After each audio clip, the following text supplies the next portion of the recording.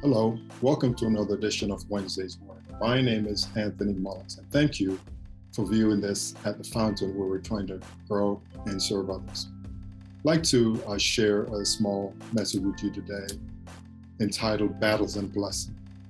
Scripture is Isaiah 40, verse 31, and it reads, "They who hope in the Lord shall renew their strength. They will mount up with wings like eagles. They will run and not weary. They will walk and not faint." If you read Genesis chapter 37, there's a story about a young man. His name is Joseph. He had 10 older brothers, and he had a dream, and he told his brothers his dreams, and they didn't like him for that. So they had a plot to throw him in a pit, sold him into slavery, but they took blood and put on his coat and gave it to his father and told him he was killed by wild beasts. For 13 years, he suffered in prison and in bondage in Egypt. He was lied on by Potiphar, his wife, who wanted to sleep with him, and he refused.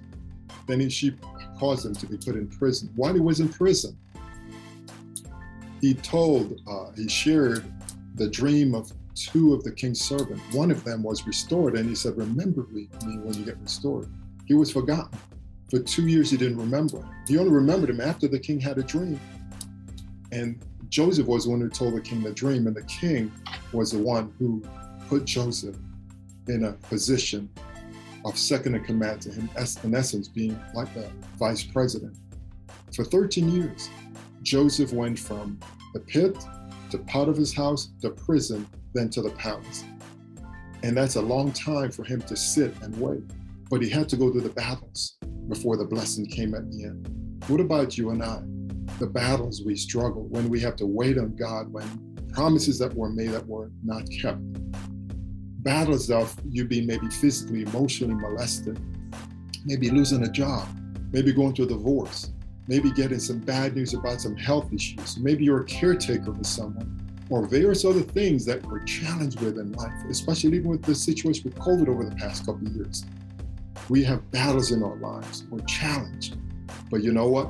After the battle comes the blessing, because as we wait on the Lord, as we hope in Him, as we trust in Him, and what are we going to do while we wait? You don't wait angrily, you wait patiently. Joseph was busy doing the Lord's work, continuing to serve, even despite his situation. And I believe we need to do the same. We need to be encouraged. Find yourself a group, a fellowship, a church.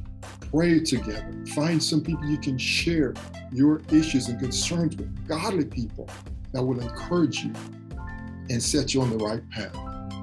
You know, each of us on a daily basis, as I said, people are going through 3 situations at any given time. They're in a situation, coming out of a situation, or getting ready to go into a situation. And there are things we have no control of. There was a person who said, he asked God for patience, but he said, "God, could you grant it to me now?" Another one asked for patience, and he was stuck in traffic and was late for an interview.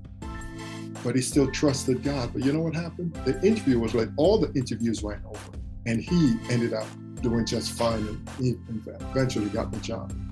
Now, when we again look at the story of Joseph, Joseph's dream did come true. His brothers did bow to him. And even his brothers at the end thought that he would have sought revenge. But Joseph reminded them, what you meant for evil, God had meant for good. So today, regardless of what you're going through, the Word of God reminds us, wait on the Lord, to be of good courage, and God will strengthen our heart. Wait on the Lord. Can you wait on the Lord? I'm encouraging you to. Be blessed. Have a blessed day.